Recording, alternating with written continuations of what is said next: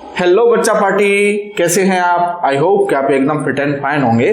तो बच्चों, आज मैं आपके लिए लेकर आया हूं मूविंग चार्जेस एंड मैग्नेटिज्म का लेक्चर नंबर 15। और आज का टॉपिक बड़ा ही सिंपल है और टॉपिक है हमारा torque on a current carrying loop या torque on a current carrying coil. तो बच्चों, ये जो टॉपिक है, इस टॉपिक के डेरिवेशन मतलब हम टॉर्क के लिए फॉर्मूला ड्राइव करते हैं तो उसके कई बुक्स में कई मतलब हर बुक में अलग अलग तरीके से डायग्राम दिया हुआ है, अलग अलग तरीके से टॉर्क निकाला है। ठीक है, तो मैंने जो जहां से ये डेरिवेशन लिया है एच सी वर्मा सर की बुक से लिया है और मुझे वो derivation as per my opinion बाकी बुक्स के कंपेयर में इजी और बहुत ही मतलब कहते ना कि इजी टू अंडरस्टैंड लगा। ठीक है, तो मैं आपको वही डेरिवेशन समझाऊंगा जो एस सी वर्मा सर की बुक में कॉन्सेप्ट ऑफ फिजिक्स में दिया हुआ है। ठीक है, और आप इसको इजीली विजुलाइज भी कर पाएंगे। और खास बात यह है इस डेरिवेशन में कि उन्होंने ज्योमेट्री का यूज ना करके ज्यादा टॉर्क की कॉन्सेप्ट का यूज किया है कि टॉर्क का मतलब जो वेक्टर फॉर्म है tau equal to r cross F के एक्चुअली टॉर्क है क्या। ठीक है, तो आगे बढ़ते हैं बच्चों। तो कॉन्सेप्ट ये है बच्चों कि एक करंट कैरिंग लूप है और वो करंट कैरिंग लूप एक यूनिफॉर्म मैग्नेटिक फील्ड में रखी हुई है। तो सबसे पहले केस लेते हैं ये कि ये पी क्यू आर एस एक लूप है जिसकी ये जो साइड है आपकी एल और ये जो साइड है आपकी ये है बी। करंट कैरिंग लूप है बच्चों और इस करंट कैरिंग लूप में 4 कंडक्टर हैं, करंट कैरिंग 4 वायर हैं। और हम पीछे कॉन्सेप्ट पढ़ के आए हैं कि अगर कोई current carrying conductor magnetic field में रखा है तो उस पर मैग्नेटिक फोर्स लगता है। तो इस कॉइल में अगर हम बात करें, ये रेक्टेंगुलर कॉइल है और उस कॉइल में 4 साइड हैं करंट कैरिंग, तो चारों वायर्स पर चारों साइड्स पर फोर्सेस लगने चाहिए। ठीक है, तो सबसे पहले अगर हम साइड पी क्यू की बात करें तो पी क्यू की जो लेंथ है वो एल है। ठीक है, अच्छा, करंट कैरिंग कंडक्टर पर जो वायर पर फोर्स लगता था मैग्नेटिक फोर्स, उसका फॉर्मूला होता था F equal to I B L sine theta. F equal to I B L sine theta.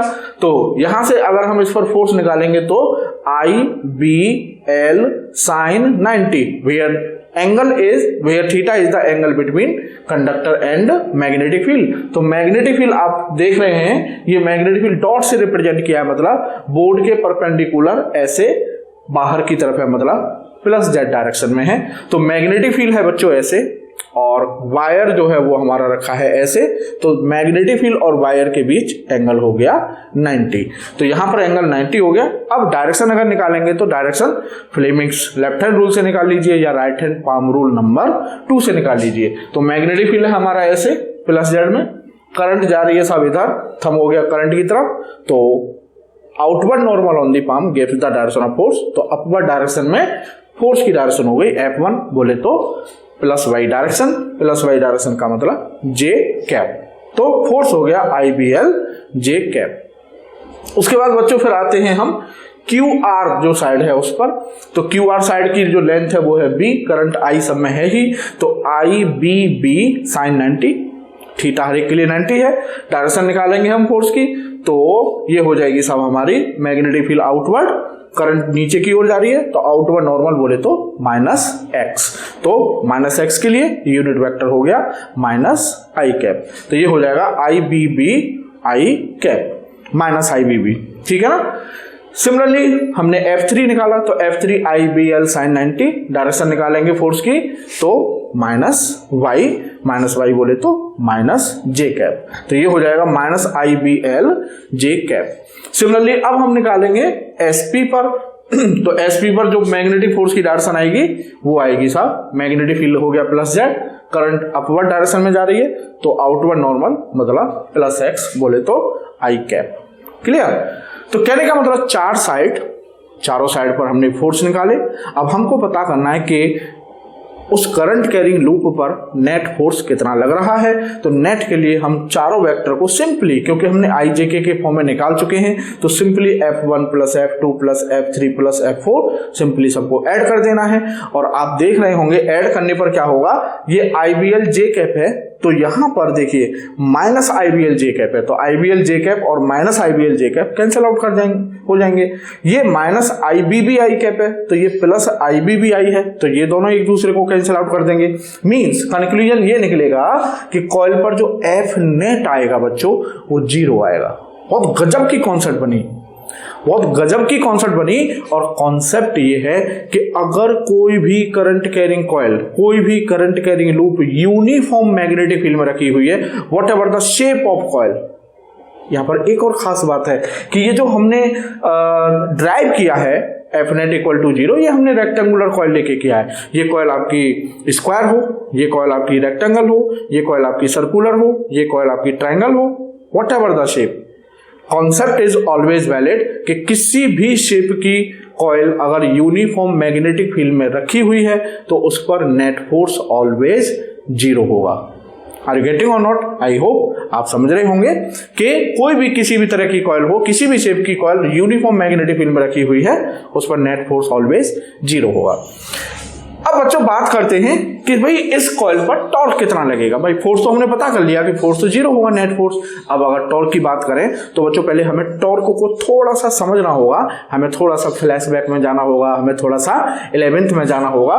तो बच्चों ये मान लीजिए पॉइंट है जो एक्सिस है, मतलब जहां वो जो एक्सिस से पास हो रहा है, और ये वो पॉइंट है जहां पर फोर्स लग रहा है, और ये एक्सिस से जिस पॉइंट पर फोर्स लग रहा है ये उस पॉइंट का पोजीशन वेक्टर है R। ठीक है, इस पॉइंट पर ये फोर्स लग रहा है आपका F, ठीक है ना। ये जो है आपका फोर्स लग रहा है, ये F फोर्स लग रहा है इस पॉइंट पर, ठीक है। और जो फोर्स है वो वेक्टर R के साथ एंगल बना रहा है टेल टू टेल, कितना, थीटा, क्योंकि दो वेक्टर के बीच angle always tail to tail दिया जाता है, आप जानते हैं, ठीक है।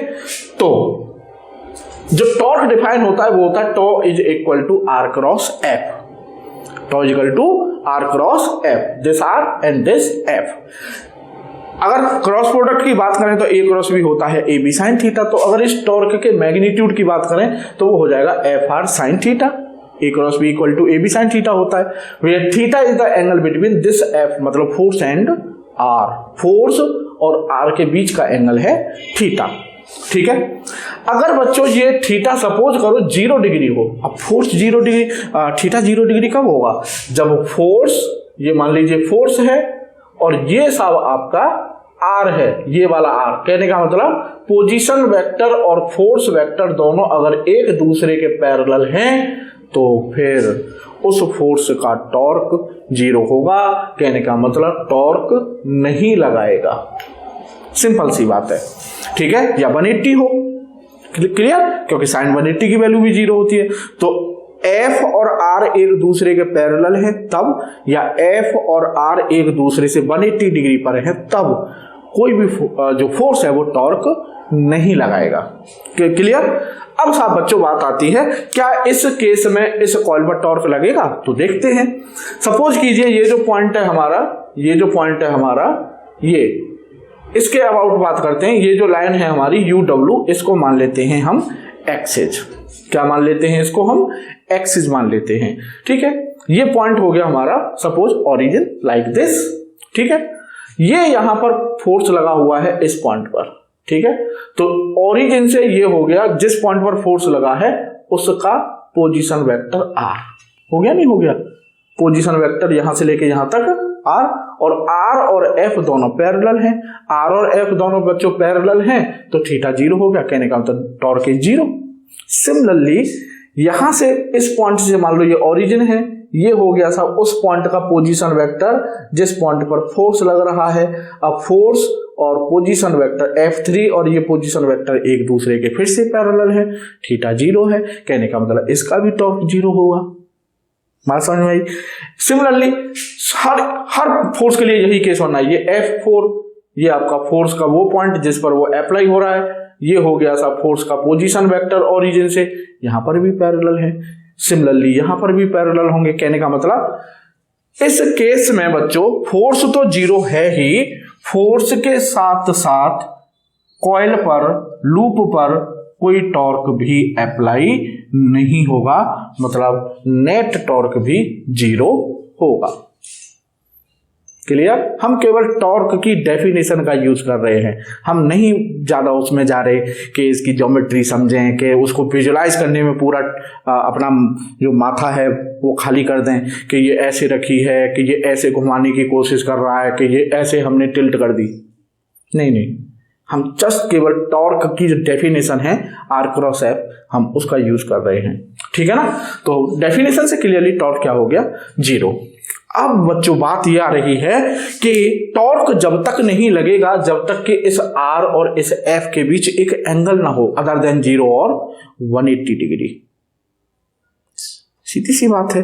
तो हमें इस आर और थीटा के बीच एक एंगल बनाना है। तो अब हमने क्या किया कि ये जो कॉइल है बच्चों हमारी, सपोज ये साहब कॉइल का प्लेन है, तो अभी इस सिचुएशन में आप देख रहे होंगे भाई जो मैग्नेटिक फील्ड है वो बोर्ड के परपेंडिकुलर बाहर की तरफ है, तो ये मार्कर जो है मैग्नेटिक फील्ड है, मतलब जो मैग्नेटिक फील्ड है वो कॉइल के प्लेन के परपेंडिकुलर है।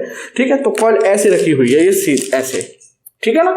अगर ये जो लाइन है UW, ये लाइन है आपकी UW ऐसे, मैं इस UW लाइन के अबाउट इस कॉइल को थोड़ा सा ऐसे टिल्ट कर दूं, मतलब ये जो साइड PQ है इसे तो अंदर की तरफ भेज दूं, और ये जो साइड आपकी SR है RS, इसको बाहर की तरफ, मतलब ऐसे देखना जरा, ऐसे करके मैंने टिल्ट कर दी बस।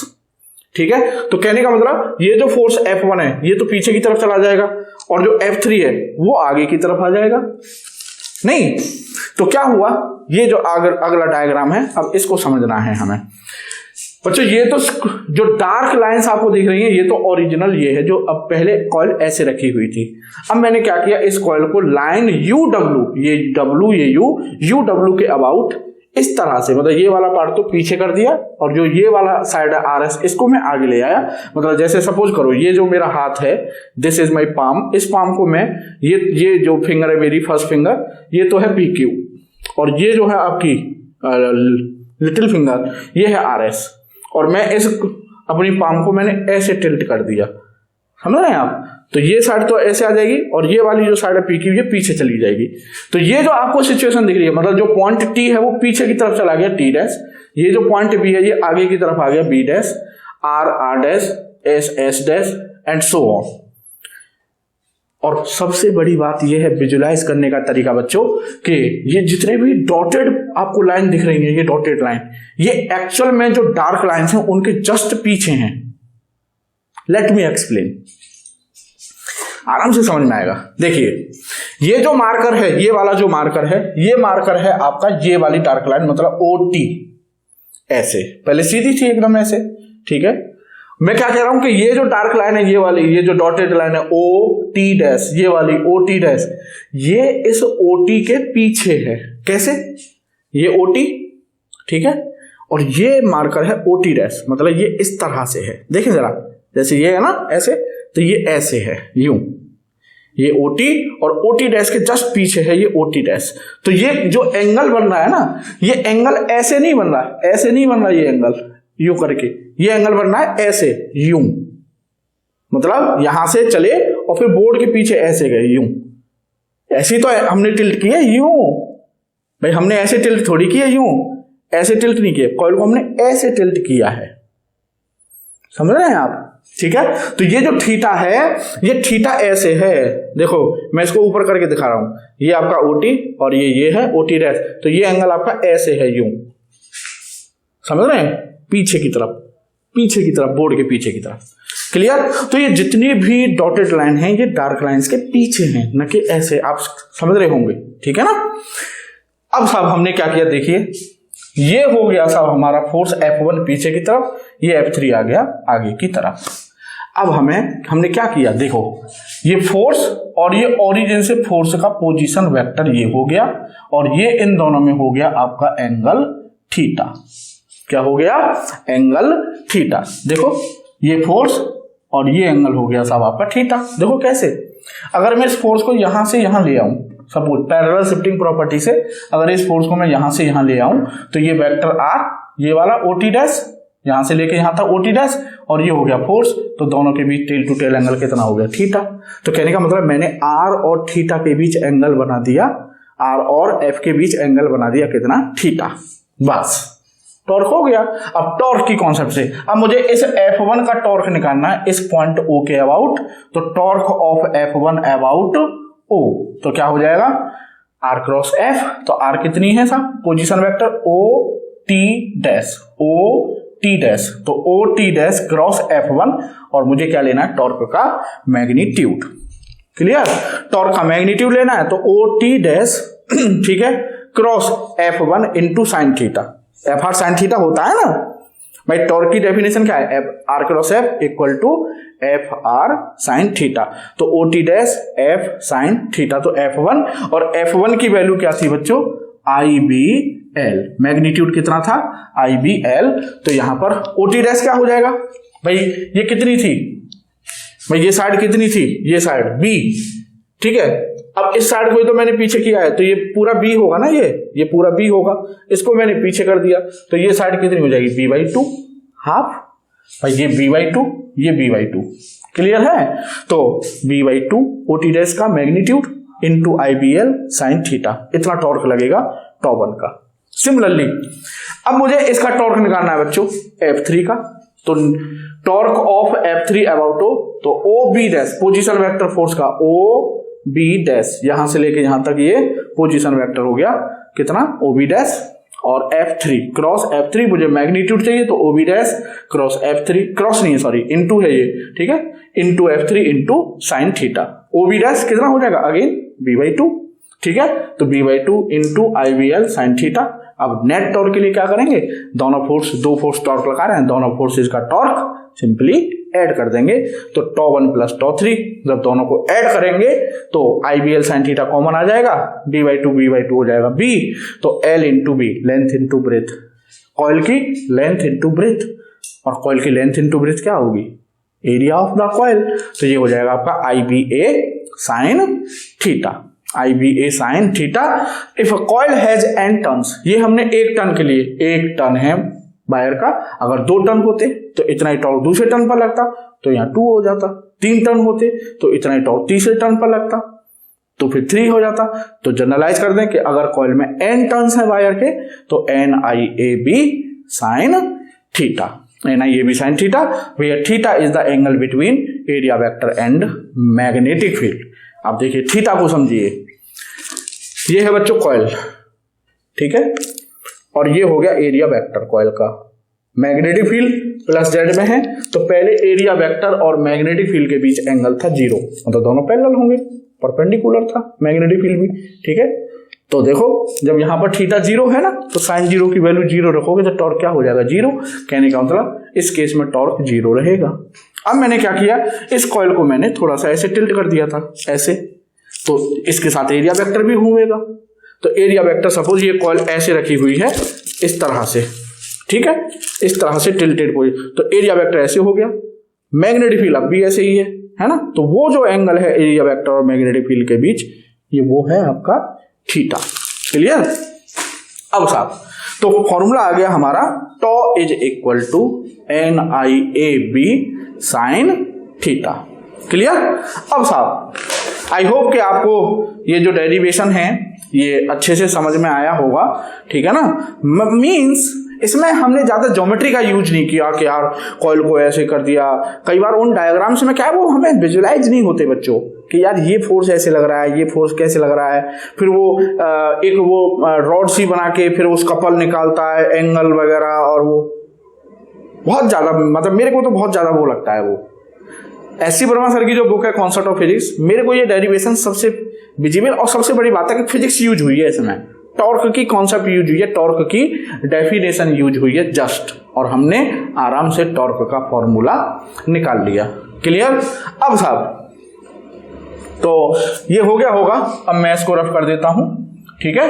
चलिए, तो नेट फोर्स 0 होगा यूनिफॉर्म इलेक्ट्रिक फील्ड में, और टॉर्क में भी 0 और नॉट। देखो यहां 0 था लेकिन यहां 0 नहीं है, तो वो डिपेंड करेगा कि थीटा कितना है मैग्नेटिक फील्ड और एरिया वेक्टर में। तो net force always 0 but torque may or may not be 0। ठीक है साहब। अब देखिए सपोज कीजिए ये कॉइल का प्लेन है, ध्यान से समझिएगा, ये है कॉइल का प्लेन, ठीक है। ये कॉइल मतलब ऐसे समझो, ये कॉइल ऐसे रखी हुई है, तो ये हमें ये दिख रहा है, ये मतलब एज दिख रहा है कॉइल का, कॉइल ऐसे रखी हुई है, तो कॉइल का एरिया वेक्टर होगा ऐसे परपेंडिकुलर, ये हो गया कॉइल का एरिया वेक्टर, और ये हो गया जी suppose magnetic field in horizontal direction. Area vector में और मैग्नेटिक फील्ड में बच्चों ये एंगल है आपका थीटा, क्लियर। तो मैग्नेटिक फील्ड और कॉइल के प्लेन के बीच एंगल है सपोज ये अल्फा, मैग्नेटिक फील्ड और कॉइल के प्लेन के बीच एंगल कितना है अल्फा, ठीक है। तो एरिया वेक्टर और एरिया वेक्टर भाई में क्या होता है, एरिया वेक्टर कॉइल के प्लेन के परपेंडिकुलर होता है, तो ये टोटल एंगल कितना होगा 90 डिग्री। तो अगर हम थीटा की बात करें तो थीटा 90 में से अगर हम अल्फा निकाल देंगे तो थीटा आ जाएगा ना, तो theta is equal to 90 minus alpha, कर सकते हैं। तो बच्चों tau is equal to NIAB sine theta की जगह पर हम रख सकते हैं 90 माइनस अल्फा, रख सकते हैं।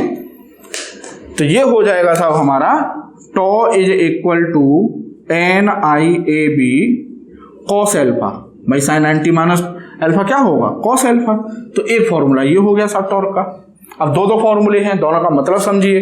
अगर आप ये यूज करते हैं अल्फा एंगल, तो अल्फा एंगल किस किस के बीच एंगल है, ये तो है कॉइल का प्लेन और ये है मैग्नेटिक फील्ड, तो alpha is the angle between, alpha is the angle between plane of coil and magnetic field, clear.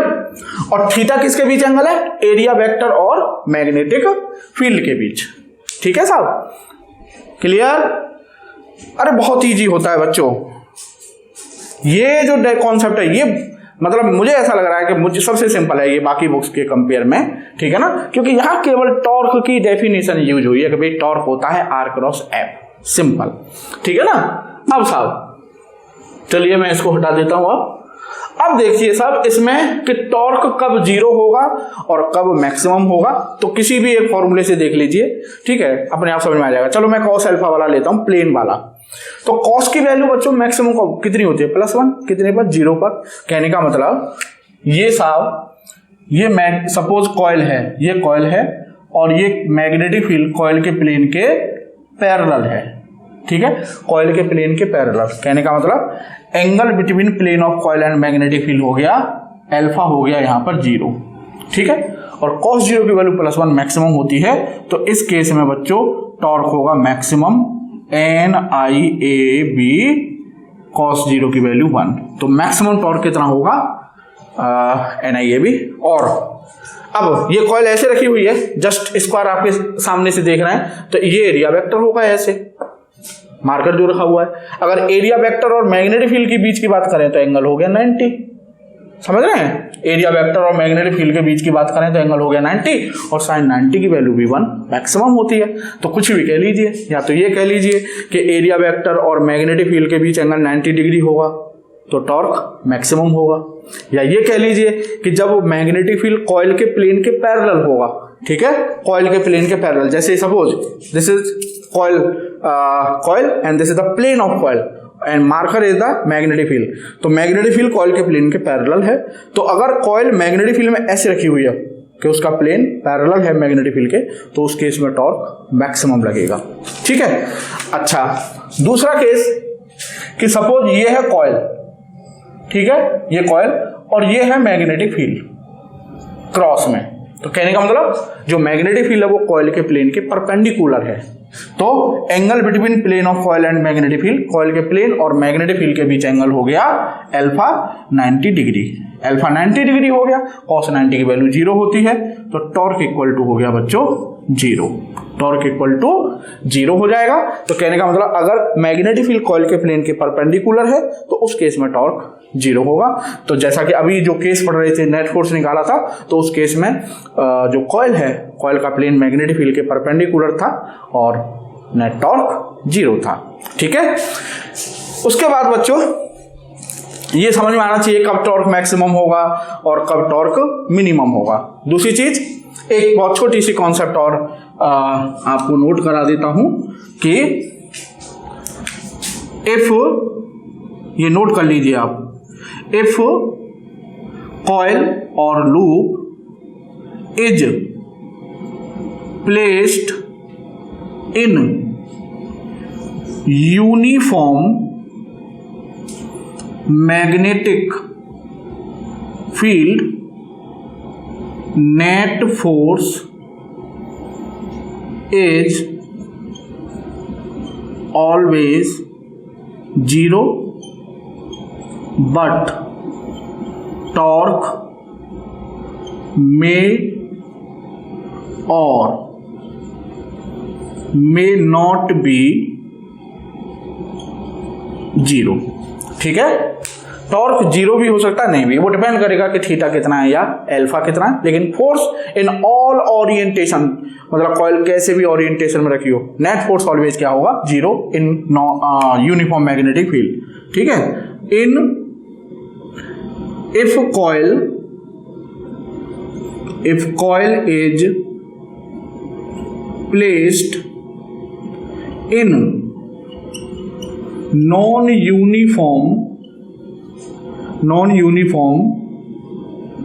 magnetic field, तो F net is not equal to 0, but tau may or may not be 0। ठीक है, अगर coil non uniform magnetic field में रखी हुई है तो F net 0 नहीं होगा, टॉर्क 0 भी हो सकता है और नहीं भी, डिपेंड के कॉइल का ओरिएंटेशन क्या है, कॉइल का ओरिएंटेशन क्या है। ठीक है, तो आई होप कि आपको जो डेरिवेशन है, मेन चीज मेरा मकसद था इसको डेरिवेशन को आपको समझाना, क्योंकि ये डेरिवेशन अक्सर एज पर माय ओपिनियन मैंने ऑब्जर्व किया है स्टूडेंट्स में कि वो जो डेरिवेशन है, इस डेरिवेशन को सिंपल डेरिवेशन है, कॉन्सेप्ट सिंपल है कि whenever a current carrying coil is placed in external magnetic field it experiences a torque due to which it starts rotating about its axis. ठीक है, और ये जो बच्चों कॉन्सेप्ट है कि अगर कोई current carrying coil magnetic field में रखी है तो वो एक टॉर्क एक्सपीरियंस करती है जिसकी वजह से वो रोटेट करने लगती है। ये जो कॉन्सेप्ट है ये कई इंस्ट्रूमेंट्स में, कई डिवाइसेज में, मोटर में प्रिंसिपल का काम करेगी आगे चल के। जैसे this is the principle of motor, this is the principle of galvanometer, this is the principle of ammeter and voltmeter. तो बहुत इंपॉर्टेंट कॉन्सेप्ट है। ठीक है, तो आई होप कि आपको समझ में आया होगा और पढ़ते रहिएगा, आनंद लेते रहिए। तो आज के लिए इतना ही, मिलते हैं आपसे नेक्स्ट लेक्चर में नए टॉपिक के साथ। तब तक के लिए थैंक यू, जय हिंद।